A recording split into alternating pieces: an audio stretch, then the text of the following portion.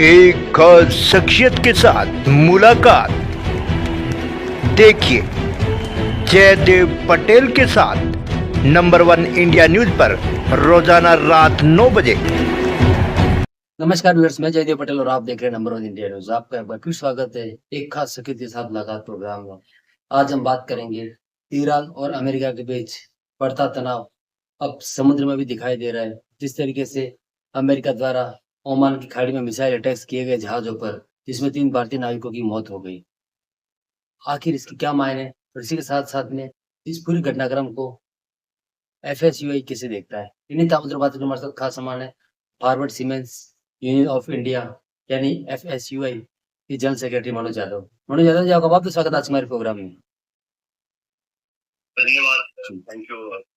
मनोज यादव जी, आपसे मेरा पहला सवाल है कि जिस तरीके से ईरान और अमेरिका के बीच जो बढ़ता तनाव है वो समुद्र में दिखाई दे रहा है, जहाँ पर अमेरिका द्वारा मिसाइल अटैक्स किए गए जहाजों पर, जिसमें 3 भारतीय नाविकों की मौत हो गई। इसको एफएसयूआई कैसे देखता है? देखिए, आज की जियो पॉलिटिकल सिचुएशन है इस गल्फ रीजन में, ऐसी स्थिति में जो पर्शियन गल्फ है, ऐसे में पिछला जो एक सप्ताह ये वाला है, ये अपने आप में एक बहुत महत्वपूर्ण सप्ताह है, जिसके अंदर तकरीबन 3 जहाजों पे यूएस मिसाइल द्वारा अटैक किया गया और जिसमें भारतीयों की संख्या तकरीबन ये 24 और 30 मतलब 68 के करीब रही, 3000 और जिसमें जो 3 भारतीय नाविकों की जान भी चली।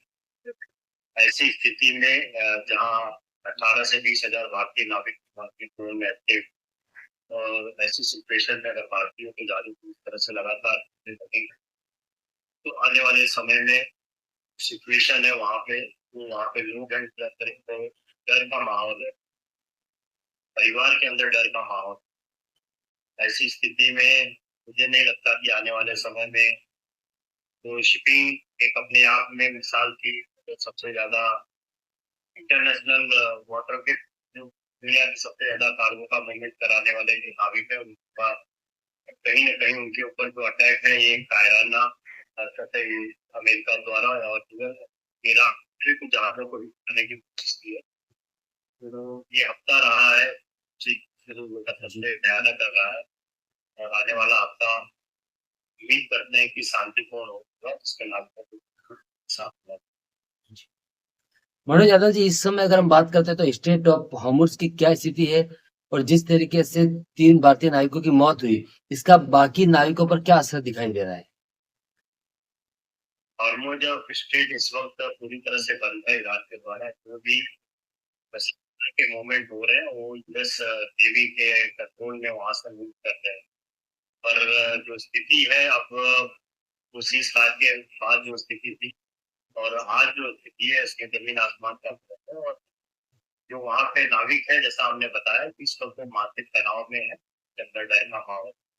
एक तरफ से यूएस जहाजों को हिट कर रहा है, जितना ईरान के साथ में लिंक है, दूसरी तरफ से ईरान उन जहाजों को हिट करने की कोशिश कर रहा है, जिनका यूएस इजराइल या सभी समर्थक देश है, जो यूएस और इजराइल के ऊपर मालिकाना हक का जहाज है। तो अल्टीमेटली सी पेरेस के ऊपर ही एक बड़ी जो जान की बाजी लगाने वाली आज तो वहाँ पे सिचुएशन क्रिएट हुई।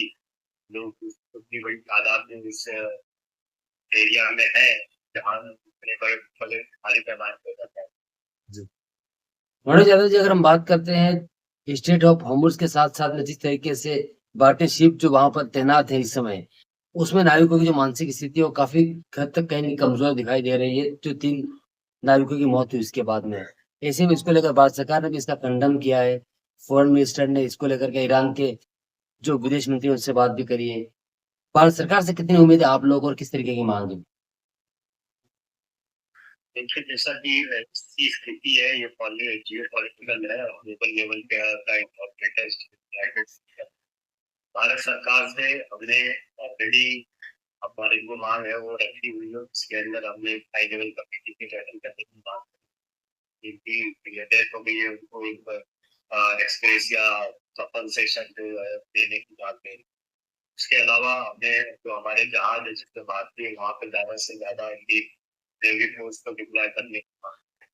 तो ये जो हमारी प्रमुख मांगे हैं भारत सरकार से, उसके ऊपर हमने ऑलरेडी प्रधानमंत्री जी को चिट्ठी लिखी हुई है एसोसिएशन से, और उम्मीद करते हैं कि उसके ऊपर प्रधानमंत्री जी इसके ऊपर जरूर देंगे और इसकी तरह जी। आपको भी सूची।